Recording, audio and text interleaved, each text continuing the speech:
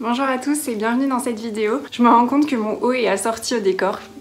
Voilà, c'était pas fait exprès. Aujourd'hui on se retrouve pour un haul. Je vais vous montrer tout ce que j'ai acheté quand je suis allée à Bruxelles, donc rendre visite à Isa de la chaîne Les Plantes du Hérisson. Si vous avez pas vu, j'ai publié un jardinerie tour où je vous montre tous les endroits où on est allé. Donc je vais vous montrer ce que j'ai acheté. Par rapport à mes habitudes d'achat plantes, c'est vraiment beaucoup. C'est possible que pas mal d'entre vous se reconnaissent là-dedans. Vous savez, au tout début, quand on achète vraiment toutes les plantes et puis après, ça devient plus rare, on en achète beaucoup moins qu'au début. Moi c'est un peu mon cas, maintenant c'est assez exceptionnel que j'en achète. Si j'en achète une par mois, c'est déjà très bien. Donc là j'en ai 1, 2, 3, 4, 5, 6, j'en ai 7 nouvelles, dont 5 que j'ai achetées dans les jardineries belges. Je vais vous expliquer d'où viennent les deux autres, vous allez vite comprendre.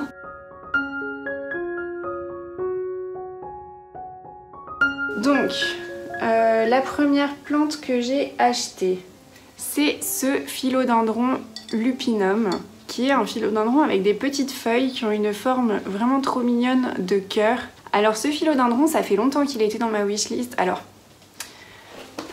pas vraiment... Il a été dans ma wishlist pendant très longtemps, mais souvent je le voyais qu'avec un seul pied, qui grimpait, et toujours avec des petites feuilles. Et donc je m'étais dit, c'est pas forcément le style que je recherche, je l'ai jamais vu en retombant. Je suis pas sûre que ce soit très joli, donc je m'étais dit bon tant pis, je la prends pas et je l'enlève de ma wishlist parce que si elle a un port comme ça, malgré que j'adore la forme des feuilles, c'est pas trop le style de plante que j'aime bien. Parce que bon, on peut aimer totalement la forme d'une feuille et ne pas aimer son port. Et ben c'était mon cas pour cette plante. Mais comme là il y a deux pieds dedans et qu'ils partent pas dans le même sens, ça donne un effet plus fourni. Bon là j'ai mis mes petits pics à brochette en guise de tuteur. Mais vraiment, les feuilles sont trop chou. Elles sont vraiment très belles. J'adore la forme, en fait je le trouve craquant comme philodendron. Et en plus il a un côté velours qu'on peut retrouver chez le Micans, le Melanochrysum. Ah oui, j'ai oublié de dire le prix. Alors celui-là je l'ai acheté chez Garden Center, comme beaucoup d'ailleurs. Et je l'ai payé 16,15 €. Ce qui n'est pas du tout excessif pour cette plante. On trouve parfois sur les groupes Facebook des boutures d'une ou deux feuilles pour 10 €, donc vraiment pas super cher quoi. Voilà, donc pour le philodendron lupinum. Roxy est en train de renifler les plantes parce que c'est pas habituel qu'elles soient par terre. Ensuite, toujours chez Garden Center, j'ai acheté cette Aglaonema White Joy. Alors c'était une plante que je ne connaissais pas avant de voir très récemment un haul qu'a fait Isa. Elle l'a acheté d'ailleurs chez Garden Center, c'était un haul de quand elle y était allée. Et vraiment je la trouve super belle cette plante. Elle a les feuilles quasiment blanches. Alors c'est pas tout à fait un blanc franc, c'est plus un blanc crème. Et vraiment je la trouve superbe. Je trouve que dans une décoration ça donne tout de suite un charme. Ma mère a eu un coup de cœur sur cette plante parce que je suis allée directement, je vais vous expliquer pourquoi. Après être allée à Bruxelles, je suis allée directement chez ma mère et elle a voulu voir le carton de plante et elle l'a trouvée trop belle. Je me suis dit mince, j'aurais dû lui prendre la même. Cette Aglaonema, je l'ai payé 18,20 €, ce qui est quand même, je trouve, assez cher pour ce que c'est. Mais quand on regarde sur le site Bouture et moi, je crois qu'elle les vend à 25 €. Donc bon, j'imagine que c'est le prix que ça vaut. Toujours pour rester dans les Aglaonema, chez Sous la Canopée, j'ai acheté celle-ci qui est rose. Alors j'ai cherché son nom, ce serait la Comutatum Pink Princess. Alors elle ressort moins rose qu'elle ne l'est en réalité, là j'ai l'impression qu'elle ressort plus rouge.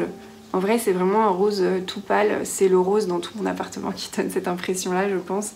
Et elle est vraiment mignonne. Alors j'ai voulu la rempoter parce qu'elle avait des racines qui dépassaient et puis en fait je me suis rendu compte qu'il n'y avait pas besoin, c'est juste que les racines étaient vraiment localisées tout en bas du pot. Donc ce que j'ai fait c'est que j'ai rajouté de la terre en dessous et je l'ai reposée, je l'ai remise dans ce petit pot là. Mais voilà, elle est trop mignonne. Donc du coup je vous ferai des plans, je les ai disposés toutes les deux ensemble en mode famille d'Aglaonema.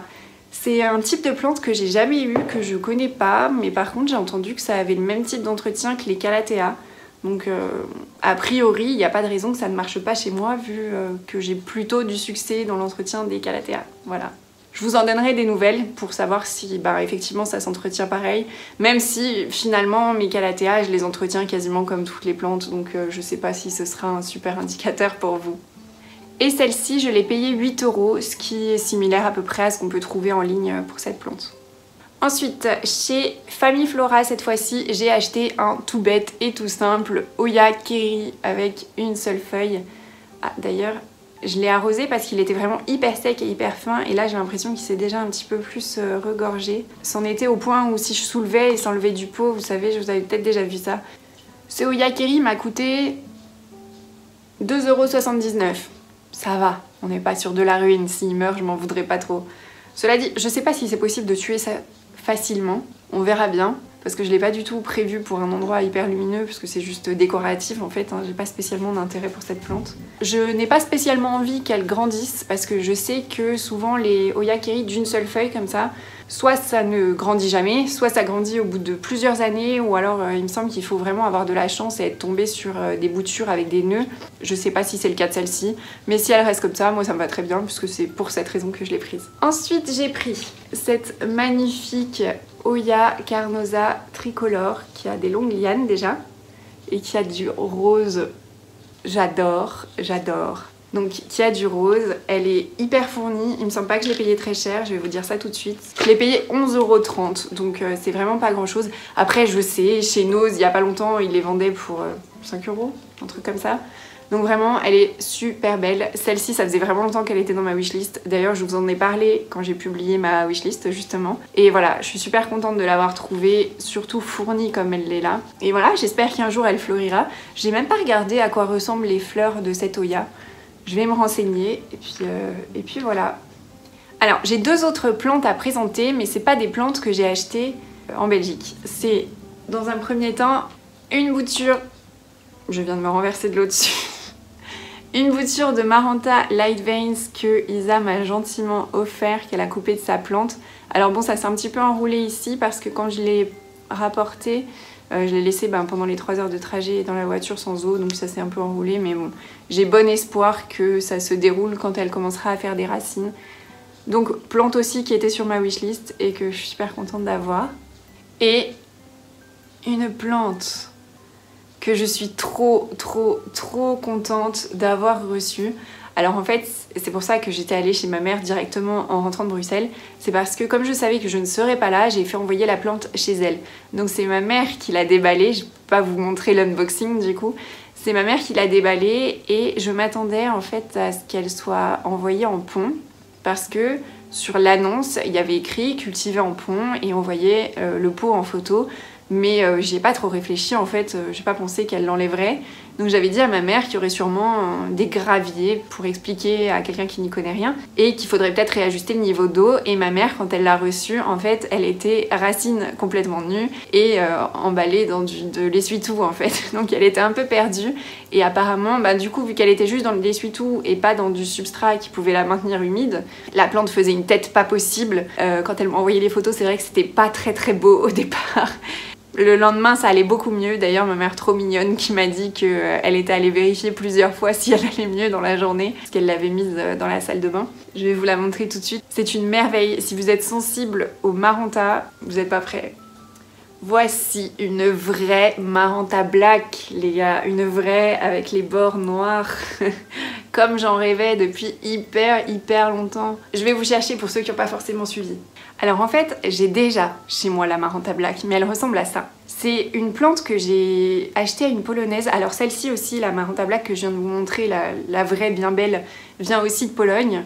C'est un groupe Facebook, je vous mettrai le nom du groupe dans la barre d'infos parce que je ne l'ai pas en tête.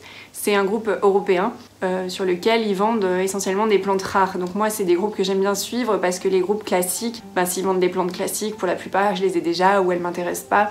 Donc je suis plutôt sur des groupes de plantes rares européens pour avoir accès à des choses qu'on ne trouve pas forcément ici. Donc début 2022, il me semble, je sais plus si c'était janvier, février, peut-être plus tard, j'ai acheté cette Maranta là qui ressemblait pas à ça quand je l'ai achetée, qui avait en fait 2 feuilles assez grosses, pas aussi grosses que ça, mais quand même assez grosses. Mais en fait la Maranta Black, plus ses feuilles vieillissent, plus le noir devient moins intense en fait. Et donc j'avais reçu une bouture à peine racinée en pont de 2 feuilles qui étaient déjà plus si noires que ça. En fait, ça devait être des anciennes feuilles de la plante. Et là, ce qui s'est passé, c'est que ces 2 feuilles-là ont jauni et elle en a sorti plein d'autres, mais qui sont très petites déjà et qui sont pas très noires. Alors ici, c'était plus intense quand elle est sortie, mais là, ça fait longtemps qu'elle a pas sorti de nouvelles feuilles. Donc, comme je disais, la couleur est devenue plus fade et je sais pas trop quoi en faire du coup de celle-ci. Je sais pas si je la revends, je sais pas si je la donne. J'ai pas spécialement envie de la garder parce que c'était pas du tout l'objectif quand je l'ai achetée, de me retrouver avec une plante comme ça qui a l'air d'être un peu une maranta mutante qu'on n'arrive pas à identifier tout de suite. Voilà. Donc, pour en revenir à celle-ci, je sais pas si vous vous rendez compte de la taille des feuilles. Alors, la dernière feuille, voilà, on est sur une feuille qui fait quasiment la taille de ma main et qui a vraiment des nuances de noir et d'argent comme ça qui est incroyable. Parce que ici c'est vraiment argenté, hein, plus que la Silver Band. Vraiment c'est trop beau. En fait on dirait vous savez quand on édite les photos et qu'on descend le niveau de chaleur, on dirait que ça c'est fait en permanence sur cette plante et moi j'adore ça. J'adore, elle est incroyable. Donc elle est en pont, donc le substrat lechuza pon, comme on dit en français, en anglais ils disent lechuza pon.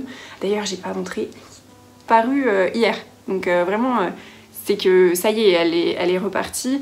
Là on a des tiges florales qui arrivent, une nouvelle feuille aussi là, j'ai trop hâte de voir à quoi elles vont ressembler. J'espère que ce sera pas une déception et qu'elles seront pas toutes petites. Je vais vous montrer à quoi ça ressemble le pont parce qu'il y en a qui connaissent peut-être pas et j'en ai acheté aussi en Belgique chez Sous la Canopée. Je vous ai montré dans le jardinerie tour chez Sous la Canopée, ils vendent les substrats en vrac, ce qui est vraiment très très bien. Et du coup j'ai pris du pont, c'était vraiment pas cher, c'était 1,50 € le kilo. En fait quand je l'ai pris, j'avais mis dans un sachet parce que j'avais pas ramené de contenant et j'avais pris la Glaonema à 8 € que je vous ai montré. Celle-ci, je l'avais prise avec et là la vendeuse m'annonce 9 € quelque chose et je me suis dit c'est déjà 8 € la plante donc ça veut dire que ça coûte rien mon sachet de pont. Et elle a dit ah non ça coûte vraiment pas grand chose, c'est 1,50 € le kilo et du coup je suis allée en racheter. Et je vous montrerai prochainement dans un vlog mais j'ai passé aussi ma Maranta Lemon Lime en pont du coup pour voir ce que ça donne parce que c'est vrai que nous en France on voit pas trop ça, les Maranta, les Calathea en pont mais apparemment ça fonctionne très bien. En tout cas sur les groupes européens je vois beaucoup. Enfin, je vois que c'est une pratique qui est vraiment beaucoup plus courante que chez nous et qui a l'air de fonctionner. Là, vu l'état dans lequel la Maranta Black a été reçue chez ma mère et le fait que je l'ai mis en pont, elle est redevenue impeccable et elle a commencé à sortir des feuilles directes. Je pense que c'est vraiment un substrat qui est bien adapté. Donc je vais sûrement en racheter. Du coup, je regrette de ne pas en avoir pris plus. Je vais sûrement en racheter. J'ai vu sur internet qu'il y en a des sachets, je crois, de 18 litres pour 25 € à peu près. Donc je pense que je vais en recommander. Je vais vous montrer. Alors, ça ressemble à ça. Alors là ça a été humidifié, en fait quand on l'achète c'est très poussiéreux, un peu comme la perlite. Donc du coup je l'ai rincé parce que j'ai tout rincé, hein. Je me suis pas embêtée à rincer une partie puis ensuite l'autre. Donc j'ai tout rincé, là ça veut dire qu'il est humide. Donc c'est des graviers qui sont marron très foncé, bleu et blanc, beige. Et donc voilà, c'est très fin. Je déteste la manipulation de ce truc parce que je sais pas si vous avez déjà manipulé de la perlite vermiculite, mais ça colle aux doigts si on l'utilise avec les mains. Et moi je déteste ça, même au sol, parce que moi je fais au sol. Du coup c'est pas avantageux pour ça. Ça colle partout en fait, on peut pas le manipuler sans qu'il y en ait plein qui nous restent sur les doigts et je déteste ça, je déteste. Du coup j'utilise une cuillère parce que j'ai pas de pelle assez petite. Donc je vous ferai un retour prochainement sur justement la culture en pont et ce que ça donne chez moi. J'espère que tout ira bien, en même temps il n'y a pas de raison si ma Maranta Black a grandi là-dedans et que je la remets dans le même substrat et en plus la vendeuse a insisté en disant je conseille vraiment vivement le lechuza pon du coup, je pense que ça va fonctionner sans problème quoi. Je me suis rendu compte qu'il y a une plante dont j'ai oublié de vous parler, mais parce qu'elle m'intéresse pas et que j'en voulais pas vraiment je crois. C'est la vendeuse de la Maranta Black qui m'a mis en cadeau une bouture de Maranta cristata. Alors je sais même pas vraiment à quoi elle doit ressembler cette Maranta. Je suppose que ça, elle a un air de la Carcoveana mais c'est pas tout à fait les mêmes taches. Donc voilà, j'aime pas trop ni le port ni les feuilles. Je l'ai mise en pont aussi. en attendant de savoir ce que je vais en faire. Je sais pas si je vais la vendre, la donner, l'échanger, voilà, mais en tout cas je pense pas que je vais la garder celle-ci. Parce que j'aime les Maranta, mais c'est pas parce qu'on aime une famille de plantes qu'on aime toutes les plantes de la famille, et en l'occurrence celle-ci ne m'intéresse pas particulièrement. Dites-moi ce que vous en pensez, mais moi je la trouve vraiment fade et assez peu intéressante. Donc voilà. Pour préciser, celle-ci je l'ai payée 150 €, sachant que la vendeuse m'a offert les frais de port parce que je lui ai raconté l'histoire de celle-là et que je lui ai demandé des conseils et qu'elle a eu pitié de moi, je pense. Du coup elle m'a offert les frais de port et la bouture de Maranta cristata que je viens de vous montrer. Voilà. J'espère qu'elle va pas... Bon, maintenant c'est fait, donc en soi ça va rien changer, mais j'espère que les prix vont pas chuter de fou comme ça l'a fait pour la 4 moustaches, donc la Noidée, et pour la Light Veins et pour la Silver Burns. Parce que je les avais payés, alors peut-être pas 150, mais quand même assez proches. On était quand même plus proche des 100 € que des 15 € tels qu'on peut les trouver maintenant chez Jardiland. Donc voilà, j'espère que celle-ci, le prix ne va pas trop chuter, parce que ça me frustrerait en fait. Mais en soi, ce serait cool si elle pouvait être accessible à plus de monde et que tout le monde pouvait avoir cette merveille. Je suis très égoïste en disant tout ça.